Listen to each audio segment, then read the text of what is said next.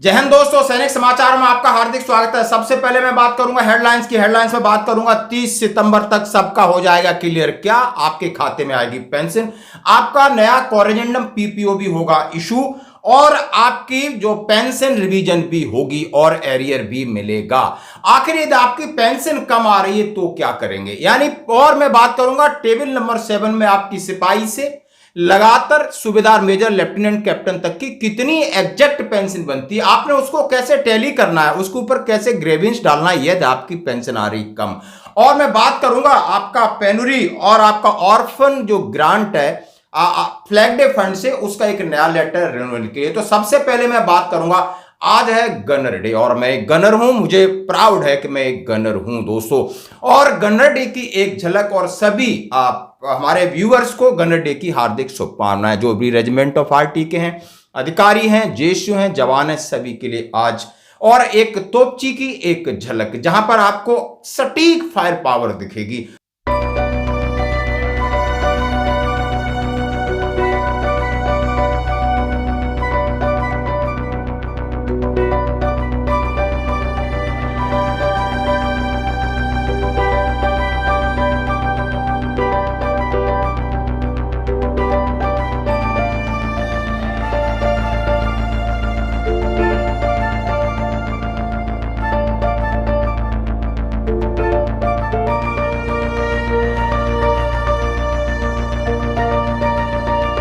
और एक आरटी की जो ताकत है, आप समझ सकते हो, बेस्ट फायर पावर है। उसके साथ शायद आपको पता नहीं होगा, सर्विलेंस पावर है, लोकेटिंग पावर है, और सर्वे एस्टेब्लिशमेंट, मेट्रोलॉजिकल, सारे डिपार्टमेंट रेजिमेंट ऑफ आर्टी का हिस्सा होते हैं जो फायर सपोर्ट देते हैं इंडियन आर्मी को दोस्तों। तो एक झलक इनके लिए तो खबरें करते हैं विस्तार से। हाँ जी दोस्तों, कई लोगों के लगातार फोन आ रहे हैं, मैसेज आ रहे हैं कि 30 मेरा कोई भी मैसेज नहीं आया, पेंशन का मैसेज नहीं आया। नो टेंशन, आपके खाते में 30 तारीख को 11 बजे पेंशन क्रेडिट होगी, बिल्कुल घबराने की जरूरत नहीं।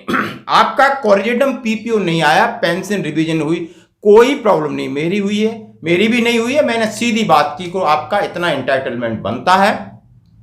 बहुत सारे लोग हैं, 30 लाख लोगों को धीरे धीरे काम चल रहा है, जिनका कोरिजेंडम पीपीओ बन गया है, सारी चीज हो रही, उनको क्रेडिट भी किया जा रहा है। तो जिनका नहीं आया है बिल्कुल 30 तारीख तक शांत रहें।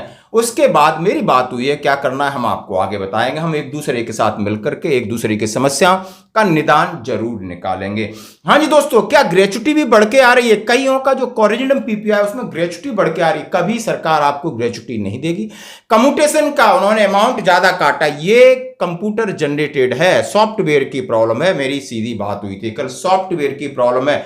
ग्रेचुटी आपको कोई देने वाला नहीं है, ये लेने वाली है। और दूसरा, यदि आपकी जितनी पेंशन बन रही है उतनी पेंशन वो कोरिजेंडम पीपीओ में शो कर रहा है, नहीं कर रहा है। लेफ्टिनेंट 46,300 किसी की नहीं की, 41,200 पे, यानी सॉफ्टवेयर की गलती। अब उसके लिए क्या करना है? उसके लिए सीधा आपने काम करना, अपना पुराना पीपीओ टेबल नंबर 7 के साथ सही तरीके से टैली करें और आपको ग्रेविंस डालनी पड़ेगी, क्योंकि वो काम तो उन्होंने कर दिया, आपको लपेट दिया। आप परेशानी हमारी और आपकी, कोई बात नहीं। इस पर की समस्या है, मैं एक बड़े अधिकारी से भी बात कर रहा हूं कि ये इस चीज को कॉमन आप इसको सॉर्ट आउट करिए, नहीं है तो फिर एक एक इंडिविजुअल ग्रेविंस डालेगा तो समय लगता है, परेशानी होती है तमाम तरीके की। हमारे पास कुछ ऐसे रिसोर्सेस नहीं है, लेकिन इस पर को समझ में नहीं आ रही। ये पॉइंट डीएसडब्ल्यू तक जरूर जाएगा दोस्तों, बात कर रहा हूं। अब मैं बोल रहा हूं आपकी पेंशन कम आ रही है या सही आ रही है, इसके लिए मैं सिपाही से लगाकर 15 साल, 17 साल, 19 साल, नायक, हवलदार, ऑनरी हवलदार, नायब सूबेदार, सूबेदार, सूबेदार मेजर, लेफ्टिनेंट, कैप्टन तक की एक बार फिर आपके सामने वो फिगर रखना चाहता हूं, जिससे आप अपने कोरिजेंडम पीपीओ में आराम से चेक करें। तो दोस्तों मैं स्टार्ट करूंगा। यदि आप 15 साल के सिपाही हैं, यदि आप एक्स ग्रुप के हैं तो 22,125, वाई ग्रुप के सिपाही हैं 15 साल के तो 20,325। इस आपको कोई एसीपी नायक नहीं, सिर्फ सिपाही सिपाही हैं। यदि आप ऑनरी नायक हैं तब भी 20,325। यदि आप नायक या नायक टीएस हैं, एक्स ग्रुप के हैं तो 22,165, और वाई ग्रुप के हैं तो 20,682 बनेगा एंटाइटलमेंट। इसी तरह आप 17 साल के सिपाही हैं, आपको कोई एसीपी नायक नहीं तो 20,463। यदि आप एसीपी नायक हैं तो 21,488, चाहे आप नायक हैं एसीपी नायक हैं तो 21,488। एक्स ग्रुप के नायक हैं तो 23,556 आपका एंटाइटलमेंट है। ध्यान रखना 19 साल में यदि आप एक्स ग्रुप के सिपाही हैं तो 23,225 और वाई ग्रुप के सिपाही हैं तो 21,425 होगी। और वहीं पे यदि आप एसीपी नायक हैं तो 22,151 होगा, चाहे आप नॉर्मल नायक हैं चाहे एसीपी नायक हैं। आपकी सर्विस यदि 20 साल है और सिपाही हैं, ट्रेडमैन है, आपने अनविलिंग किया है तो 21,700 आपकी बेसिक पेंशन बनती है। और यदि एक्स ग्रुप के हैं तो 23,500 और यदि आप नायक हैं, नायक टीएस हैं, एसीपी हैं तो 22,726। वाई ग्रुप का, एक्स ग्रुप का 25,635। शायद आपको समझ में आ गया होगा, नहीं है तो आप मुझे तुरंत व्हाट्सएप पे मैसेज कर सकते हो। यदि आपकी सर्विस 22 साल है और 22 साल में एक नायक की पेंशन एक्स ग्रुप का है तो 27,585 और वाई ग्रुप का 23,569 है। 23,569 है। हाँ जी दोस्तों, बिल्कुल कोई डाउट नहीं है इसमें। और इसमें यदि आप हवलदार हैं तो उसकी मैं आगे बताऊंगा दोस्तों। तो ये थे आपको नायक के फिगर। अब आ जाते हैं आपको हवलदार में। हवलदार कम से कम यदि आपकी सर्विस 15 साल है दोस्तों तो आपको 21,988 मिलेगा। 21,988 15 साल में। और यदि आपकी वो सर्विस 17 साल है, वाई ग्रुप के हैं तो 22,476 होगी। एक्स ग्रुप की 24,135। यदि आप 19 साल के हवलदार हैं तो 23,432 बेसिक होगी। एक्स ग्रुप का 26,585। आप 20 साल में हवलदार हैं तो 24,763। अब ये फिगर किसके लिए है? ये है 1 जुलाई 2014 से पीछे वालों के लिए। इधर वाले हैं उनके लिए, प्रीमेचर के लिए तो है ही नहीं। ये भी आपको ध्यान में रखना होगा। यदि आप हवलदार हैं माना कि 22 साल के तो आप 24,763 और ऑनरी हवलदार मिलता है तो 23,625। यदि आप नायक थे, ऑनरी हवलदार मिला है, 22 साल सर्विस है, 23,625 आपकी पेंशन होगी। हवलदार तो 24,763। भले आपको नायक हैं, आपको एसीपी हवलदार बना है तब भी 24,763 होगी दोस्तों। एक्स ग्रुप की बात करें तो 27,935 होगी। अब मैं बात कर रहा हूं 24 साल में। 24 साल में यदि आप ऑनरी हवलदार हैं तो 23,625 और आप हवलदार हैं तो 24,763 वाई ग्रुप का, एक्स ग्रुप का 27,935। और 24 साल में यदि आप नायब सूबेदार हैं तो 25,738 आपकी होगी।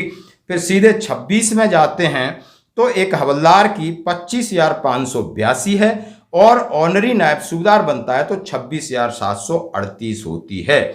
एक्स ग्रुप की बात करूं हवलदार की तो 27,935 और ऑनरी नायब सूबेदार की 30,050 होती है।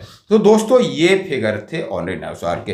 अब मैं बात करता हूं नायब सूबेदार की बात। बिल्कुल यदि आप नायब सूबेदार सपोज करो आप 1 जुलाई 2014 से पहले 20 साल में प्रीमेचर आए तो आपकी 25,750, 20 साल सर्विस वाले की। सूबेदार हैं तो 27,100 रुपए यदि आपकी सर्विस 20 साल है। यदि आपकी सर्विस 24 साल है, आप नायब सूबेदार हैं तो 26,825 है आज के दिन, 26,825। यदि आप सूबेदार हैं तो 28,800। एक्स ग्रुप के नायब सूबेदार हैं तो 30,825 24 साल सर्विस वाले की। और एक्स ग्रुप का सूबेदार 24 साल वाले की 32,000 है। अब मैं सीधा 26 साल सर्विस पे आता हूं। नायब सूबेदार की वाई ग्रुप की 26,900, सूबेदार की 28,800 और दोस्तों यहीं आप एक्स ग्रुप के तो 31,675 जो 2016 से पहले वालों के लिए बता रहा हूं और एक्स ग्रुप सूबेदार 32,850 दोस्तों। अब बढ़ते हैं सूबेदार साहब की 30 साल है तो आपकी कितनी होगी? 28 साल में 30,175 सूबेदार साहब की, 30 साल में भी 30,175 और फिर आप 30.5 साल करते हो, 30.5 साल करते हो 31,500 और 32 करते हो तब भी आपकी आगे का आप समझ सकते हो एयरफोर्स नेवी के तो आगे बढ़ोतरी वहीं पर खत्म हो जाती है। अब मैं बात करूंगा सूबेदार मेजर। सूबेदार मेजर को कम से कम आप रखिए, उसकी सर्विस मैंने 28 साल से रखा है। 28 साल से सूबेदार मेजर साहब हैं तो 33,750 है उनकी वाई ग्रुप की, एस ग्रुप की 34,225। यदि आप 30 साल के सूबेदार मेजर हैं तो 34,425, एक्स ग्रुप के हैं तो 35,975। आप 32 साल के हैं तब भी 34,575 और एक्स ग्रुप के हैं तो 40,600। यदि आप 32.5, 33, 34 के तब भी 34,575। एक्स ग्रुप को बढ़ा रहे हैं 42,650। अब आते हैं सबसे ज्यादा कंफ्यूजन है लेफ्टिनेंट और कैप्टन में। लेफ्टिनेंट कैप्टन की मैं सीधी सीधी बात 28 साल से करूंगा। 28 साल का ऑनरी लेफ्टिनेंट 40,750 पे फिक्स किया है, कैप्टन 42,500 पे फिक्स किया है। यदि आपकी 29 साल है तो 41,200 पे लेफ्टिनेंट फिक्स किया है, कैप्टन 42,500 पे। यदि आपकी 30 है तब भी लेफ्टिनेंट 41,200 पे और कैप्टन आपका 42,500 पे। यदि आपकी 31 साल है, लेफ्टिनेंट है तो 42,625 और कैप्टन की भी 42,625। 41 साल है तब भी 42,625, 42,625। 32 है तब भी 42,625, 42,625। 32.5 है तो 46,300 और कैप्टन की भी 46,300।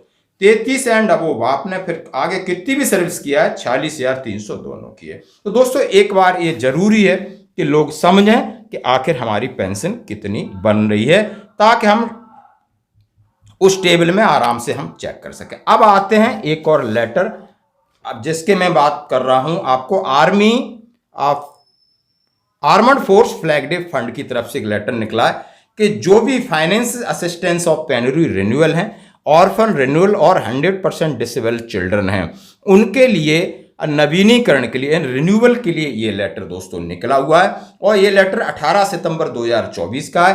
कृपया इस कार्यालय के पत्र संख्या सो एंड सो, जिसमें वित्तीय सहायता मिलती है और किसको मिलती है, पेनरी रिन्यूअल, ऑर्फन जो अनाथ बच्चे हैं और 100% डिसेबल बच्चे हैं, उनके लिए रिन्यूअल के लिए आपको दोबारा ऑनलाइन केएसबी पे जाकर के अपने जीवन प्रमाण पत्र ऑनलाइन अपलोड करने होंगे। यह भी दोहराया गया है कि जीवन प्रमाण पत्र मैन्युअल रूप से स्वीकार नहीं किया जाएगा।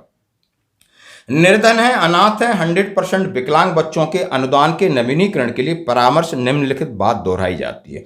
जिन आवेदकों के प्रारंभिक आवेदन वित्त वर्ष 2023-24 उससे पहले स्वीकृत हो चुके हैं, वे वित्त वर्ष 2024-25 के 1 दिसंबर 2024 और 31 मार्च 2025 के बीच उपरोक्त योजनाओं के नवीनीकरण के लिए आवेदन करने के पात्र होंगे। यानी उनको नवीनीकरण रिन्यूअल कराना होगा, जो उन्होंने पिछले फाइनेंशियल ईयर में दे दिया है और 31 मार्च 2025 तक का डेट है। जिसे चालू वित्तीय वर्ष में प्रारंभिक मंजूरी दी गई है, आगामी वित्त वर्ष के लिए नवीनीकरण के लिए 1 दिसंबर से 31 मार्च केवल अपना जीवन प्रमाण पत्र अपलोड करें। आवेदक की मृत्यु के पश्चात उसकी विधवा अगले वित्तीय वर्ष की 1 अप्रैल से प्रारंभिक स्वीकृति के लिए आवेदन कर सकती है। और आरएसबी से अनुरोध है कि अपने जिला सैनिक बोर्डों को निर्देश दें, अपने अधिकार क्षेत्र के अंतर्गत जो भी लाभार्थी हैं उनको इस बात के लिए मोटिवेट करें दोस्तों। और ये कर्नल शैलेंद्र सिंह ने लेटर भेजा है, जो भी आपके आसपास है उनको अब आप अवेयर कराइए। तो दोस्तों ये थी आज की खबरें, बने रही हमारे